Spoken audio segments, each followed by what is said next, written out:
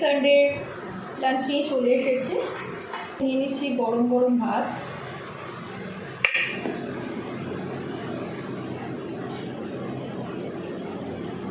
উচ্ছে দিয়ে কুমড়ো একটা বটি, প্রথম পাতে এটা।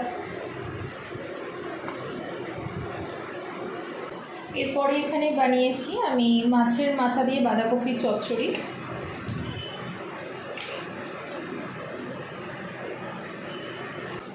এটা বানিয়েছি আমি চিংড়ি মাছ দিয়ে ক্যাপসিকাম আলু দিয়ে একটা সুন্দর একটা তরকারি। এই রেসিপিটা আমি কাল বা পরশুর মধ্যে আমি তোমাদের সাথে শেয়ার করছি।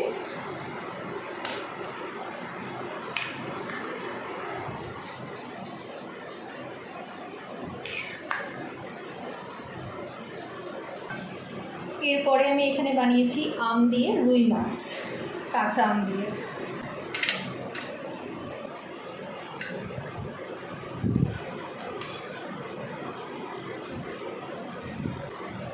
এর সাথে রয়েছে 1 গ্লাস জল।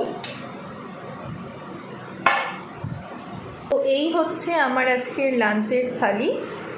তোমাদের আজকে লাঞ্চের থালিটা কেমন লাগলো অবশ্যই তোমরা কমেন্টে জানিও।